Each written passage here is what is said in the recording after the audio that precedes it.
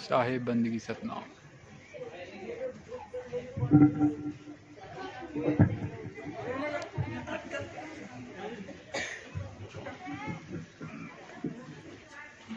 साहिब बंदगी तो सबसे पहले परमात्मा के नाम पे जयकारा लगाएंगे। बोलिए परमपिता परमात्मा की जय हो। सदगुरुवंती छोड़ कबीर साहिब की जय हो। युवराज साहिब की जय हो। मदनपति साहिब की जय हो। सभी संतों की जय हो। सभी भक्तों की जय हो।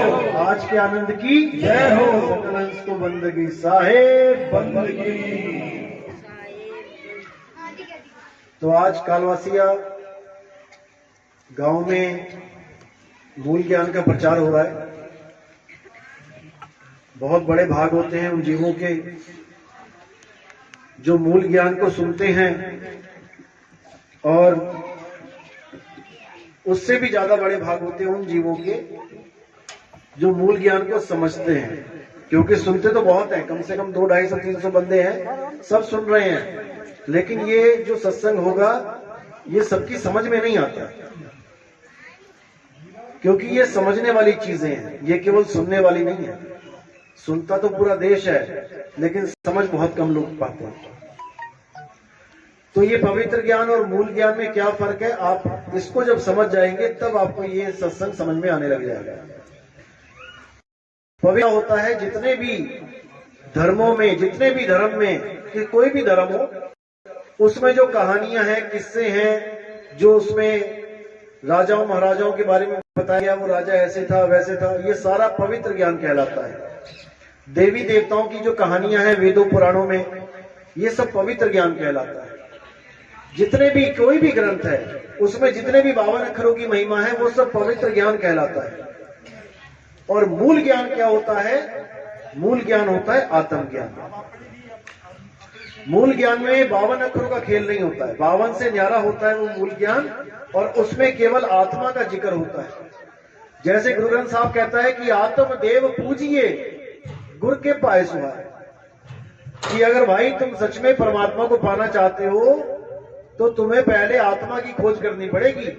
आत्म देव पूजिए, क्योंकि इस दुनिया में एक ही देव है जो पूजा के लायक है, और वो है आत्मदेव। आत्मदेव के अलावा किसी भी देव की पूजा नहीं करनी है। कारण क्या है, क्यों नहीं करनी है? क्योंकि केवल एक आत्मा ही ऐसी चीज है जिसका कभी नाश नहीं होता। आत्मा को छोड़ के कुछ भी है उसका एक दिन नाश हो जाएगा, और जिसका नाश हो जाए वो पूजा के योग्य नहीं होता। इसीलिए कबीर साहब ने कहा कि आत्म ज्ञान बिना नर भटके, कभी मथुरा कभी काशी, और जल में मीन प्यासी मोहे देखत आवे हासी। कि हम भगवान को, परमात्मा को पाने के लिए कहां भाग रहे हैं? हम मंदिरों में भाग रहे हैं, हम मस्जिदों में भाग रहे हैं, हम गुरुद्वारों में भाग रहे हैं, हम चर्चों में भाग रहे हैं, लेकिन क्या वो वहां पे रहता है? क्या हम मंदिर में जाके भगवान को पा सकते हैं? वहां तो भगवान की फोटो लगी है, केवल कोई मूर्ति लगी है वहां पे। तो भगवान को पाना का मतलब ये तो नहीं कि मूर्ति को देखना। जैसे आपके पिताजी हैं, वो चले गए अमेरिका और आपके घर पे लगी है उनकी फोटो। अब कोई आता है आपके घर पे कि आपके पिताजी से मिलना है, तो आप क्या उनकी फोटो दिखा देते हो कि लो बात कर लो पिताजी से? फोटो अलग चीज है और पिताजी का होना ना होना अलग चीज है।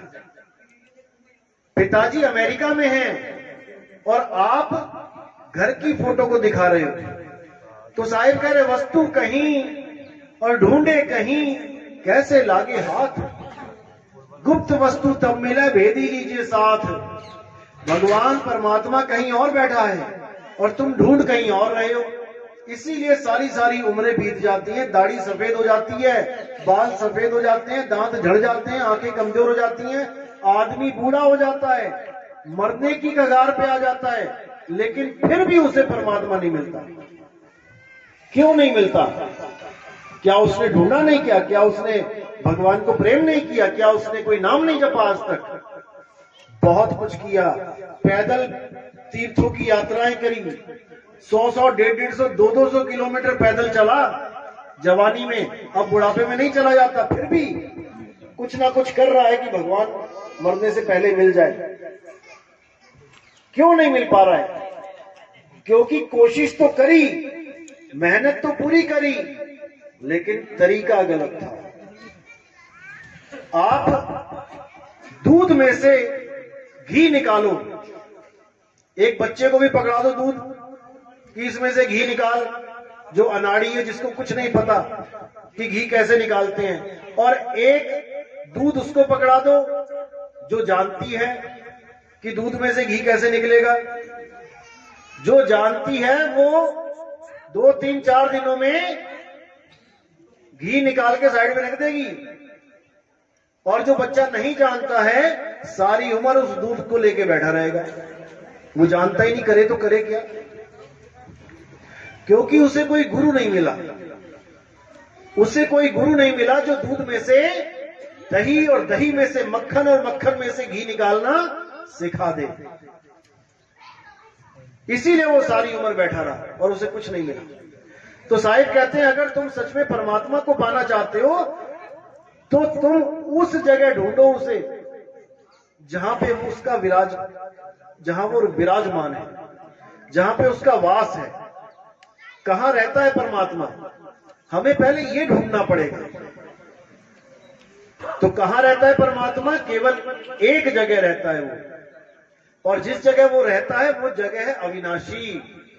उस जगह को कोई तोड़ नहीं सकता। अगर वो मंदिर में रहता होता तो कोई मंदिर को हिला नहीं सकता था, कोई मस्जिद को तोड़ नहीं सकता था, कोई गुरुद्वारों की ईंट नहीं हिला सकता था। जैसे आप गांव के प्रधान हो तो उस प्रधान के घर को कौन हिलाएगा?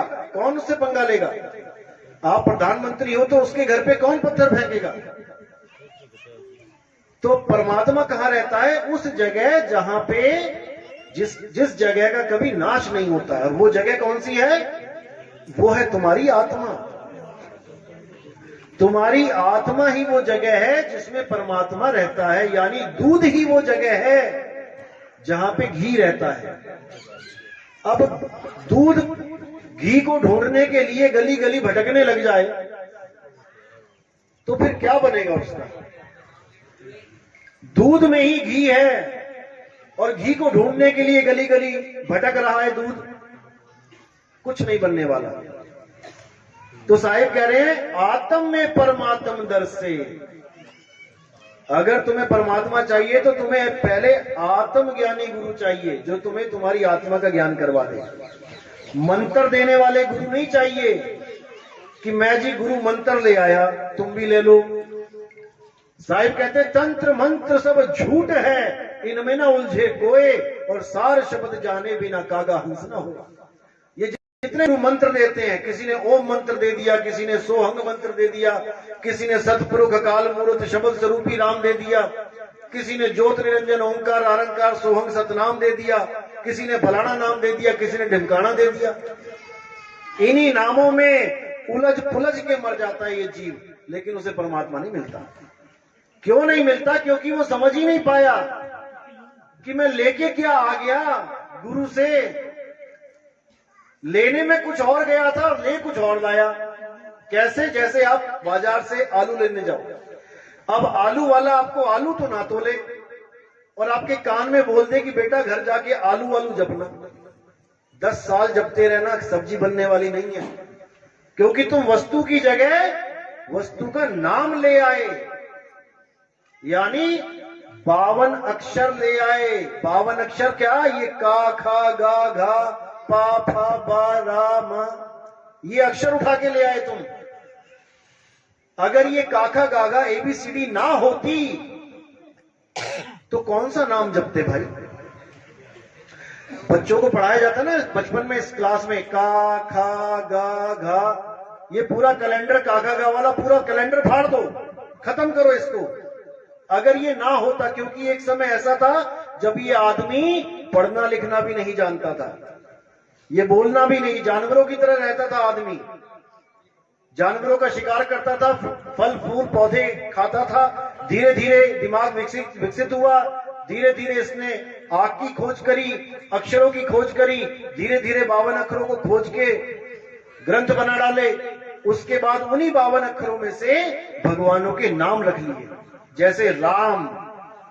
अब राम अक्षर कहां से आया? या रा ला वा शा, इस वाली लाइन में से रा उठा लिया, आ का डंडा लगा दिया, और मां कहां से आया? पा फा बा बा मां, वहां से मां उठा लिया। यानी 52 अक्षरों में से ही 2 अक्षर उठा लिए, रा और मां। अब लगा जपने राम राम राम राम राम राम राम। अब वाणी क्या कह रही है? राम राम करता जग फिरे, राम न पाया जाए। क्यों? क्योंकि वो राम को जप रहा है, राम को जान नहीं रहा। जैसे ये पानी है, अगर इंसान ना होता इस दुनिया में तो इसको पानी कहने वाला कोई ना होता। आज केवल इंसान के सिवा इसका नाम पानी किसी जानवर ने नहीं रखा। गाय भैंस पानी पीने जाती है, कभी सोचा है वो कहती हो कि मुझे पानी दो? वो जानती है कि इसका नाम पानी है? क्या कुत्ता बिल्ली जानता है इसका नाम पानी रख दिया तुमने? क्या चिड़िया जानती है कि इसका नाम पानी है? केवल इंसान जानता है कि इसका नाम पानी है। वो भी कहां तक जानता है? हिंदुस्तान तक। अमेरिका में जाके, चाइना में जाके पानी पानी करते रहोगे, प्यासे मर जाओगे। वहां पे पानी को कुछ और कहते हैं, वाटर कहते हैं। तो हम पकड़ के बैठ गए हैं पानी के नाम को, और प्यास किससे बुझेगी? पानी से। अगर ये पानी का नाम जाने बिना गाय की प्यास बुझा सकता है, चींटी की प्यास बुझा सकता है, कुत्ते बिल्ली हाथी घोड़े की प्यास ये पानी बुझा सकता है, बिना ये जाने कि इसका नाम पानी है, तो आदमी की क्यों नहीं बुझा सकता? इसको जपने की जरूरत क्या है? कुत्ते को प्यास लगती है, भागा जाता है तालाब के पास, बिना नाम जपे, और उसको पानी मिल जाता है, पी लेता है। चिड़िया उड़ती उड़ती देखती है, सोचती है पानी का तालाब कहां था, और प्यास लगती है, वहीं मुड़ जाती है, बिना ये जाने कि इसका नाम पानी है, बिना जपे। लेकिन आदमी क्या कर रहा है? परमात्मा को पाने की जगह परमात्मा का नाम जप रहा है। जो ज्यादा चालाकी थी ना इस आदमी की, वो चालाकी ही इसकी जान की दुश्मन बन बैठी है। उसने इतने सारे नाम रख लिए भगवानों के, अब उसी नामों में उलझ गया मकड़ी की तरह। मकड़ी खुद ही जाल बनाती है और खुद ही उलझ के उसमें एक दिन मर जाती है। तो साहिब कह रहे हैं वस्तु के नाम के चक्कर में मत पड़ना। परमात्मा के लाखों करोड़ों नाम है, हर देश में अलग नाम है, हर जात में अलग नाम है, हर पंथ में अलग नाम है। चक्कर में मत पड़ना। अगर कोई गुरु तुम्हें नाम जपने के लिए देता है तो याद रखना, उसने तुम्हें पानी पिलाने की जगह पानी का नाम दे दिया जपने के लिए। अब घर जाके रटते रहो तोते की तरह। जैसे एक तोता होता है पूरी उम्र राम राम राम राम जपता रहे, उसे राम मिलने वाला नहीं, वरना तोते की मुक्ति हो जाए। इंसानी चोले को क्यों महान बताया गया है? तोता भी तो राम राम जप सकता है। अगर तुम जप के पार हो सकते हो तो तोता भी जप के पार हो सकता है। फिर इंसानी चोला क्यों कहते हैं कि 84 लाख जन्मों के बाद एक बार इंसानी चोला मिलाए, अगर इसमें नाम नहीं जपा तो मारे जाओगे। 184 जून सबाई मानस को प्रभदी वड्याई, इस पौड़ी ते जो नर चुके आए जाए दुख पाए। कैसे बचा जा सकता है? नाम जप के। तो तोता भी जप सकता है। फिर तो परमात्मा से अरदास करो, हे परमात्मा इंसान के बाद तोते का जन्म दे देना, तेरा नाम जपता रहूंगा मैं।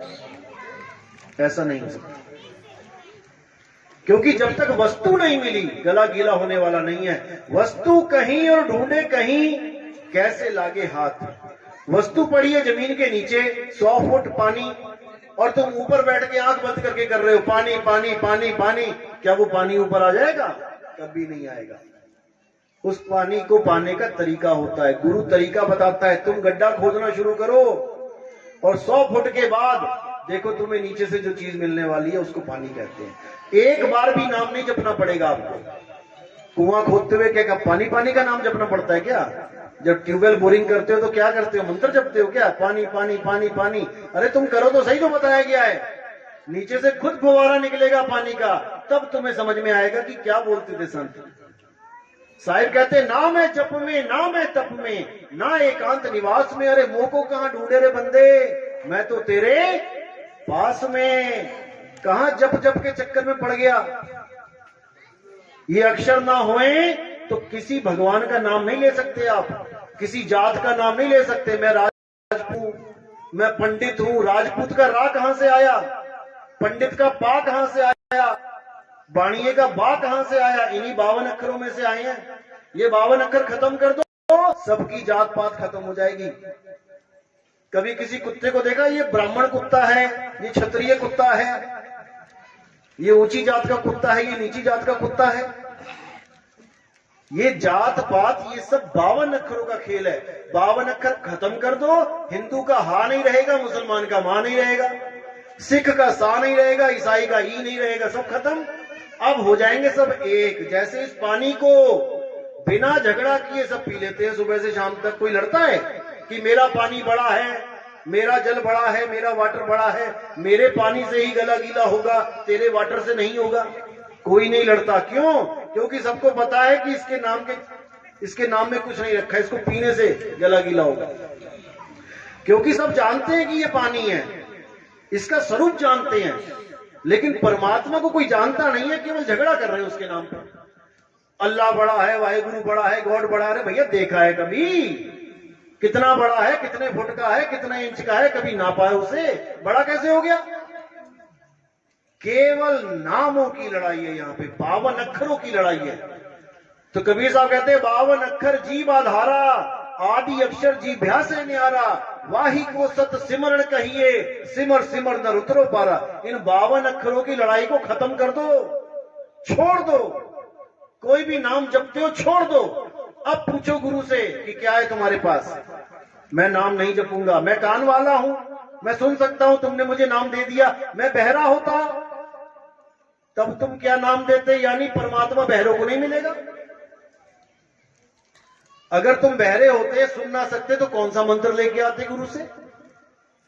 अगर तुम अंधे होते, कई लोग अंधे चेलों को नाम नहीं लेते, कहते तुम गुरुजी को देख नहीं सकते, तुम उनका ध्यान कैसे करोगे भाई? अरे गुरुजी का ध्यान करना है क्या?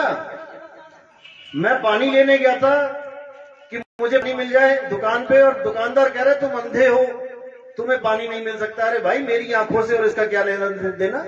मेरे मुंह में पानी डालो, मैं पानी लेने आया हूं, मैं तुम्हें देख के क्या करूंगा? क्योंकि सब भगवान बनना चाहते हैं, सब गुरु परमात्मा बनना चाहते हैं कि मेरी शक्ल का ध्यान करो। मैं लेने आऊंगा तुम्हें लास्ट में, अंत समय में। उनसे जाके एड्रेस पूछ लेना अपना कि बाबा जी मैं आया हूं, मुझे एड्रेस बताओ मेरा कहां से हूं। तुम मुझे अंत समय में लेने आओगे, तुम्हें पता तो हो कि एड्रेस कहां पे है। तुमसे आधार कार्ड ले लेके छापते हैं वहां पे कि ये फलाना इस गांव से आया है, उसका एड्रेस यही है। तुम क्यों मांग रहे हो जब तुम ही लेने आओगे? तुम बताओ मैं कहां से आया हूं। तो ऐसे मूर्ख बनाते हैं ये लोग। अब करना क्या है आपने? कबीर साहब क्या कह रहे हैं? 52 अक्षर लोक त्रय, सब कुछ इन्हीं माही, और ये आखर खिर जाएंगे, वो आखर इनमें नहीं। वो परमात्मा का असली नाम इन 52 अक्षरों में नहीं है। जो नर पड़े 52 के चेहरा, सो नर जानो काल के चेहरा। एक बाबा जी ने काल बना दिया सीमेंट का बड़ा सा, उसमें सरिये सी वो लगा दी, जंजीरें, कि हमने काल को पकड़ लिया। अरे भाई काल को समझते हो? काल क्या चीज है? मृत्यु का नाम है काल। जो कहते हैं रावण का काल कौन था? राम था। कंस का काल कौन था? कृष्ण था। तुम काल को कैसे पकड़ सकते हो? तो साहिब कह रहे हैं आखिर वो काल के दूत कौन है? जो नर पड़े 52 के फेरा, सो नर जानो काल के चेरा। जो भी गुरु तुम्हें 52 अक्षरी नाम देके ये कह दे बेटा अंत समय तक जपते रहना, जपते रहना, जपते रहना, वही काल का दूत है। जब 52 का टूटे डोरा, सहजे छूटे काल झकोरा। फिर नहीं आए फिर नहीं जाए, उस सार शब्द में रहे समाये।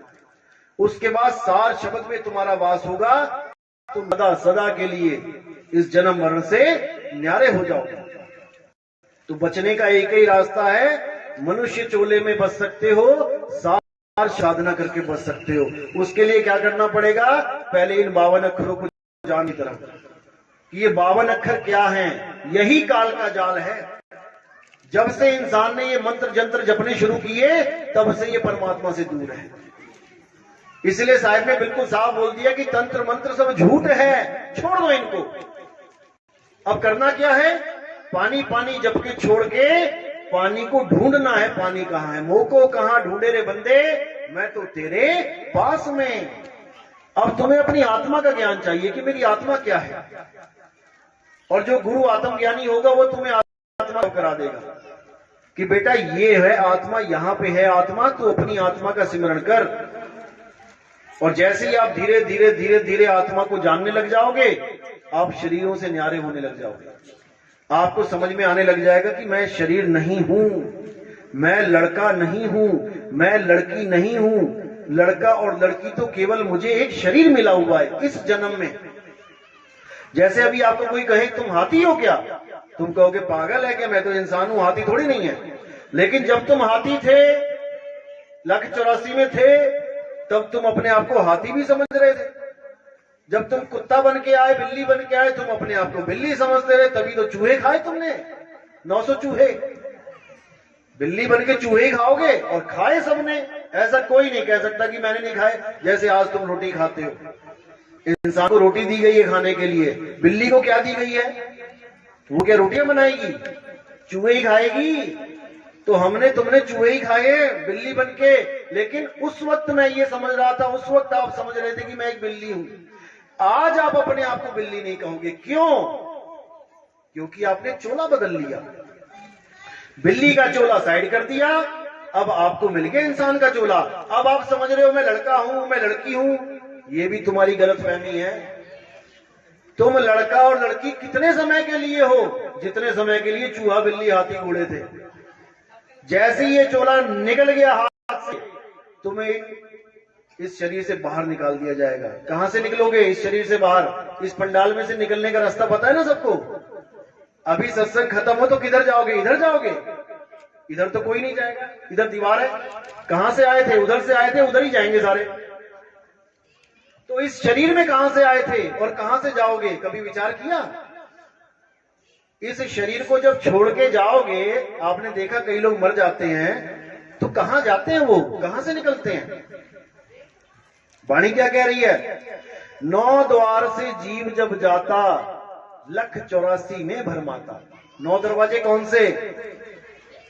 2 कान के छेद, 1 2 3 4 5 6 7 और लैट्रिन बाथरूम 2 9। यही 9 दरवाजे हैं। देखना हॉस्पिटलों में जाके, या कोई मरता है, किसी की लैट्रिन निकल जाती है मरते मरते की, किसी का पेशाब निकल जाता है, किसी के मुंह से जीभ निकल आएगी इतनी लंबी सी, किसी के प्राण नाक में से खून निकल आएगा, किसी की आंखें बाहर आ जाएंगी मोटी मोटी सी, किसी के कान में से ब्लड आ जाएगा। ये 9 दरवाजों में से निकाला जाएगा तुम्हें, और किसी को नहीं बख्शा जाएगा। चाहे वो हिंदू है, मुसलमान है, सिख है, ईसाई है, कोई फर्क नहीं पड़ता। अब तुम आए किस दरवाजे से थे? इस शरीर में घुसे कहां से हो तुम? क्योंकि तुम आत्मदेव हो, तुम कोई शरीर नहीं हो। शरीर तो तुम छोड़ जाओगे ऐसे ही।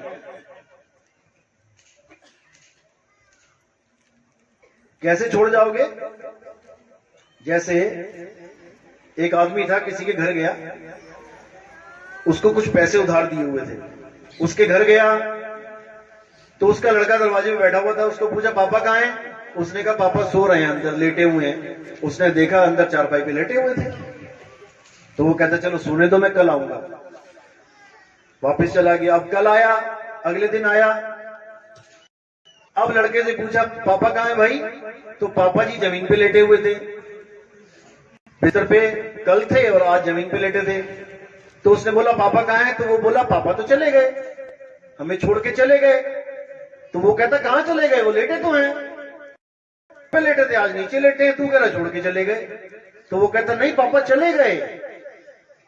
तो वो कहते पापा चले गए तो वो लेटा कौन है? यही तो, इसी को तो पापा पापा करता रहा सारी उम्र। तू इसी शरीर को तो पापा पापा मम्मी मम्मी करता रहा, तो चले कहां गए?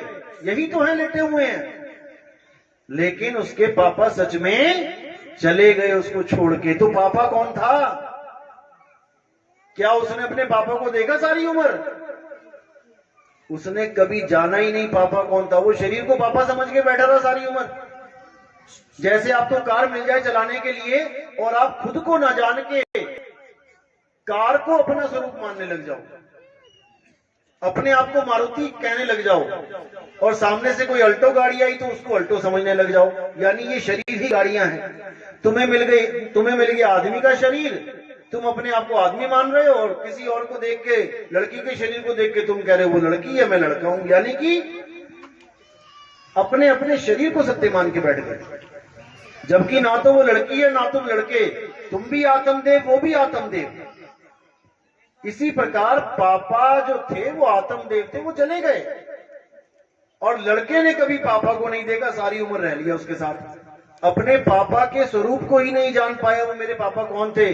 शरीर को पापा पापा करता रहा, अंत में शरीर पड़ा हुआ ही नीचे, वो कह रहा पापा चले गए। बस यही समझना है, हम और तुम आत्मदेव हैं, हम शरीर नहीं है। शरीर तो केले के छिलके की तरह यहां पड़ा रह जाएगा। जैसे हम केले का छिलका उखाड़ते हैं और उसको ऐसे फेंक देते हैं डस्टबिन में, तो ऐसे ये शरीर तुम्हारा यहां पड़ा रह जाएगा। अब जो निकल के गया वो कौन है, उसको जानना पड़ेगा। वही हमारा स्वरूप है। मां बेटे का स्वरूप नहीं पता, बेटे को बाप का स्वरूप नहीं पता, बाप को लड़की का स्वरूप नहीं पता, बस अपने अपने शरीरों को देख के सोच रहा है ये मेरा पापा है, ये मेरी मम्मी है, ये मेरा भाई है, ये मेरा चाचा है, जबकि कुछ भी नहीं है। ये केवल मटके हैं पानी, जैसे मिट्टी के मटके होते हैं ना, किसी ने मिट्टी से सुराही बना दी, किसी ने मटका बना दिया, किसी ने कुछ बना दिया, मिट्टी के भांडे हैं। मिट्टी को देख देख के पहचान रहे हैं, ये फलाने की मिट्टी है, फलाने की मिट्टी है, फलाने की, इसका ये नाम है, इसका ये नाम है। शरीरों में उलझे पड़े हैं। अब शरीरों से ऊपर उठना पड़ेगा। शरीरों से ऊपर उठने के लिए क्या करना पड़ेगा, आत्मा को जानना पड़ेगा। तो कबीर साहब ने और बाकी संतों ने आत्मा को ऊपर रखा है हमेशा। देही ज्ञान सब जगत बखाने, विदेही ज्ञान कोई बिरला जाने, ध्यान विदे और नाम विदेहा, 2 लख पावे मिटे संदेहा। देही ज्ञान तो सारी दुनिया भाग रही है, पूजा करवा रही है शरीरों की, लेकिन शरीर तो मिथ्या है, शरीर तो नाशवान है। आज दोनों हाथ सही चल रहे हैं, कल को एक हाथ कट गया, क्या करोगे? तुम्हारा कट गया, जिसकी भी पूजा कर रहे हो उसका कट गया, फिर क्या करोगे? तो पूजा किसकी करनी है? आत्मदेव पूजिए, गुरु के पाए सुहा। आत्मा की पूजा करनी है, आत्मा को जानना पड़ेगा। कोई बात नहीं, आत्मा को जाने बिना किसी को परमात्मा मिलने वाला नहीं है। तो इसीलिए साहिब बार बार समझाते हैं कि आत्म ज्ञान बिना नर भटके, कभी मथुरा कभी काशी, और जल में मीन प्यासी, मुझे देखते आवे हांसी। जब तक आत्म ज्ञान नहीं होगा, जब तक आपको वो रास्ता मिलने वाला नहीं है जिसके लिए आपको इंसान चोला मिला है। इंसान चोला 84 के बाद एक बार मिलता है। अगर उसमें आपने नहीं चेता, अगर आपने विचार नहीं किया कि क्या कहां जाऊंगा इस शरीर को छोड़ के, तो आपको इन्हीं 9 दरवाजों में से निकाल दिया जाएगा। इन्हीं 9 दरवाजों से निकलने पे 184 जून में चला जाता है इंसान। अब इससे बचना कैसे है? तो कहना चाहो काल जाल से चीनो शब्द हमारा, और कहें कबीर अमर कर राखूं जो निज होए हमारा। अगर काल जाल से बचना है तो हमारे शब्द को चीन लो, यानी परमात्मा के नाम को चीन लो। परमात्मा का नाम ये नहीं है कि तुम उसको बोल बोल के रट रट के जपो। परमात्मा का नाम है जिसको कोई जप नहीं सकता, उसमें सुरत लगानी है केवल। अपनी सुरत को, जैसे चांद को चकोर निहारता है, पूरी रात चकोर पक्षी क्या करता है, चांद को देखता रहता है, देखता रहता है, देखता रहता है, इतना ज्यादा देखता है कि वो पलक भी नहीं झपकता। बस ऐसे ही हमारी जो सूरत है उसको शब्द में ऐसे रमा देना है हमें। शब्द यानी कि परमात्मा, ना कि कोई मंत्र। तो साहिब क्या कह रहे हैं कि जब तक तुम्हें शब्द का भेद नहीं मिला, जब तक तुम मंत्र ही जपते रहोगे, और मंत्र जपते रहोगे, कोई नाम जपते रहोगे, तब तक तुम्हारी मुक्ति होने वाली नहीं है। इसलिए साहिब बार बार चेता रहे हैं कि 52 को समझ जाओ। 52 के जंजाल में फंस गया ये संसार, और सिमरन 52 का करे कैसे लागे पार। इसको देखो, किसी को पूछो तुम भगवान की भक्ति करते हो? हाँ मैं नाम जपता हूँ। क्या नाम जपते हो? मैं राम जपता हूँ, मैं कृष्ण जपता हूँ, मैं अल्लाह जपता हूँ, मैं वाहेगुरु जपता हूँ, मैं कबीर कबीर जपता हूँ। ये सारे नाम 52 अक्षर कहलाते हैं। इन्हीं 52 से परे हो जाना है। 52 से परे होगे तब जाके वस्तु का ज्ञान होगा। वस्तु क्या है? आत्म देवी वस्तु है। गीता में बिल्कुल स्पष्ट बोला गया, हे अर्जुन